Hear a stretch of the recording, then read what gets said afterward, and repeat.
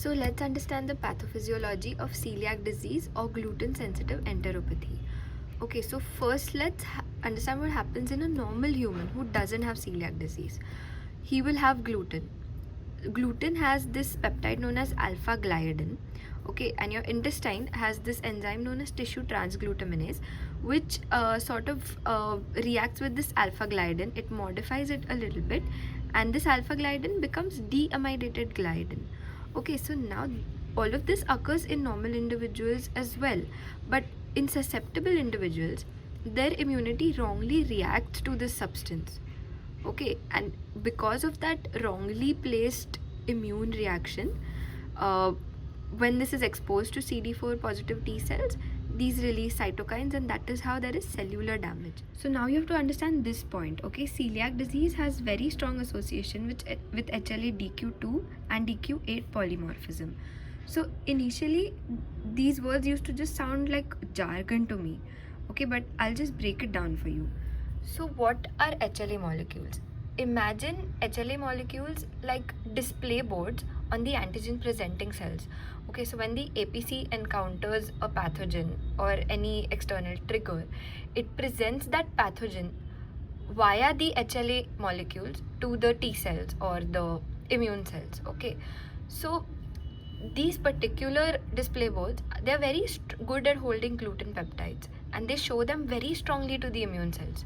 Okay, so when you have these polymorphisms, your immune system is just more likely to say that, oh my god, this gluten looks too dangerous, when in fact it's not that dangerous. Okay, so I hope you understood the logic behind this. So what you basically have to remember is nothing is wrong with this process in that celiac disease individual. Okay, his tissue, his TTG is normal, everything. The gluten that he's having is not actually immunogenic, it's completely normal, but the response of the immune system because of the HLA variation is excessive. This is so much like life, you know. Sometimes very normal situations happen and you just react way more than you actually need to react, and that normal situation doesn't cause that much damage, but your reaction does. That is exactly what's happening here. This gluten, this alpha gliadin, everything is just harmless, it's not causing that much damage, but your immune system views it as a very dangerous thing, and the reaction of your immune system is much more harmful than the actual trigger. So this was one arm, okay, of the gluten sensitivity. The second arm is the innate immunity part. This was the adaptive immunity part, right? So what happens here is the alpha gliadin, it is a very large peptide. It's unusually resistant to digestion, which is why it's unusually large. So it causes intracellular stress. Okay, now even normal people have this response, but it gets dampened in normal people.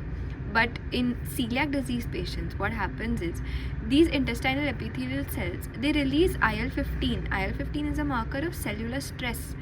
When this IL-15 is released, it activates CD8 positive T cells, which are the cytotoxic T cells, right?